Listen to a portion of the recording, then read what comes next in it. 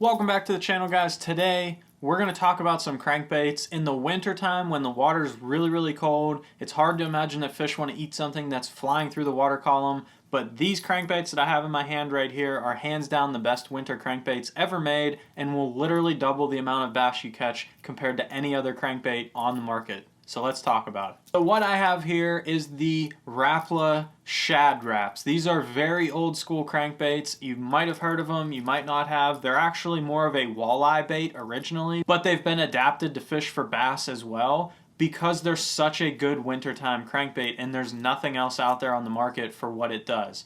These are 100% balsa wood crankbaits. They have no rattles and no sound. They're very finesse crankbait type fishing, and they're completely flat on the sides. These have the tightest wiggle of any crankbait out there on the market. And in the wintertime, when the fish are very cold, including the bait fish, they're not going to have a wide wobble or a swimming action around. They're just going to kind of shimmy their way around and swim, and that's exactly what this bait can mimic. And since they have a big lip on them, they can actually get down there pretty deep, which is a very good thing to have in the wintertime because a lot of times these fish are either on steeper banks, so they're on a little bit deeper water anyway, or they're actually out deep in general.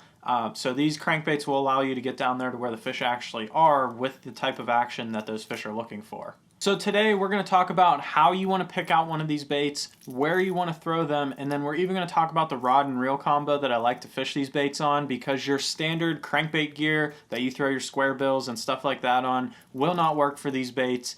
This little one only weighs 3/16 of an ounce, and this bigger one only weighs 5/16, which is just over a quarter of an ounce. So they do not cast well whatsoever. They're made out of wood. It's like trying to cast a potato chip. It's very hard trying to throw one of these baits, so we're going to talk about the gear you need to actually fish these effectively. Before we talk about bait selection and color selection, let's talk about when and where you want to fish these. These work exceptionally well in the late winter into that early spring, like I mentioned. Essentially, as that water starts to hit its lowest point and gently start to crawl back up and it's starting to warm up, those fish start thinking about spring coming soon, that's when you want to be throwing this crankbait. It'll be the first crankbait I throw. You can throw it all winter long as your lakes aren't frozen, but up here in the north, as soon as our ice comes off and it starts warming up, this is the first crankbait that I'm going to throw. It works so well in the coldest of waters. I've literally caught bass in 42-degree water temperature, which is about the coldest we ever get to fish up here because that's when the ice will start to come off.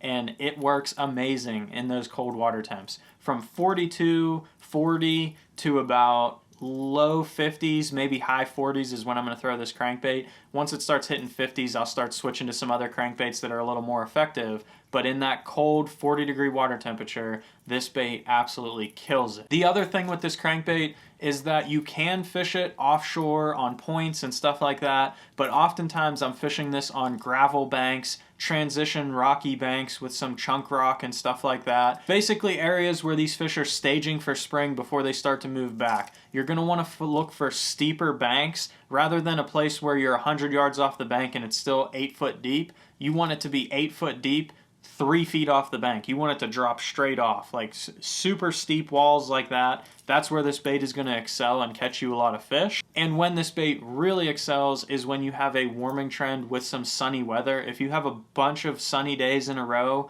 with above average temperatures or slightly warmer temperatures than you've had, those rocks that are on these steeper banks will absorb heat, and those bass know that, and they'll come up out of that deeper water and sun themselves on those rocks and collect some warmth off those rocks, just a little bit they can get. And that's when this crankbait will really excel because the bait fish know that as well, and they will move into those areas and try and get some warmth off those rocks on those sunnier days. So when it comes to bait selection of a shad wrap, I keep it very simple. It comes in like 6 different sizes, I think, but I only fish 2. There's the size 5 and the size 7. Those are the 2 sizes that I fish the most. The size 5 is very small. It's like 2 inches long for the actual bait size, and it's only 3/16 of an ounce. But it works very well in shallower water. It works good from like 3 to 6 foot deep is about where it goes. It says 5 to 9 on the package, but 9 foot is what you're going to hit if you troll this on like a very long line. You're not going to get a far enough cast to even be able to get this down to 9 foot. You're going to be fishing more in that 3 to 6 foot range. And then the next one would be the size 7. This one's just a little bit bigger. I think it's around like 2.5 inches, and it's about 5/16 of an ounce. It gets a little bit farther cast than your size 5, and it gets a little bit deeper, but like I said, this says 5 to 11 on the package. You're never going to hit 11 foot with this bait unless you're trolling it. You're looking more in like that 4 to maybe 8 foot range, so just slightly deeper than you can fish with the 5. Typically in the wintertime, if I'm fishing these baits, I will have one of each tied on, so that if I'm fishing shallower, I can run this one, and then if I come up on a little bit deeper of a drop or a steeper bank, I can throw the 7 and get it down there. But other than that, they have like a size 4, a 6, an 8, stuff like that. I don't fish those ones that much just because they're in between sizes, and they literally cover the same depths of water and size of bait and stuff like that that these two would do if you tied one of each of these on your rod. They're not different enough for me to buy those as well. So when you're keeping your Shad Rap selection simple, the size 5 and the size 7 is all you're going to need. And then when it comes to color selection, there's a million different colors out there that you can pick from. Rapala does a really good job of picking a bunch of color schemes and putting them out there to match any type of forage out there, but I keep it really simple. In the wintertime, a lot of times your fish are going to be feeding on shad. There's crawfish are in hibernation. They're not going to come out unless it's on one of those warmer days like I had talked about, but the rest of the time they're going to be feeding on shad. So I'm going to go with either a plain natural shad color. The water's usually a lot clearer this time of year, and this will match the hatch a lot better to the actual shad that are swimming around. At the later winter months, as you start to have snow and ice melt up here in the north, or spring rains down in the south, your water will start to muddy up a little bit. That's when I'll go to like a chartreuse color, or if you have perch in your lake, a chartreuse color is really good. So this one will shine once that water gets a little bit dirtier. You can see that stands out just a little bit better than the natural shad color. And then if the water gets really dirty, or you start getting into the spring where the water's warming up and everything's starting to move again, that's when I will go to the crawfish colors. The red stands out really good in muddy water, and it's typically in that late winter, early spring, that's what you're going to be faced with anyway. So while this might not be imitating crawfish all the time, it just has a very bold presentation and contrast to the watercolor, so it will perform almost like a black and blue jig. It doesn't imitate anything in particular, just the black and blue contrasts enough to allow the bass to find the bait. That's the same thing these crawfish colors do in that late winter, early springtime period when the water gets dirty. It will also work good once the crawfish get moving and coming out of hibernation, but that is when I will go to these crawfish colors. And that is it on bait selection. So realistically, 6 shad wraps would cover everything you need to do. A size 5 and a 7 in a natural shad, a chartreuse, and a crawfish color. You could cover anything you could possibly run into in the late winter, early springtime. Lastly, let's talk a little bit about the rod and reel setup you need to throw this. As you notice, I do not have a crankbait rod or a bait caster in my hand.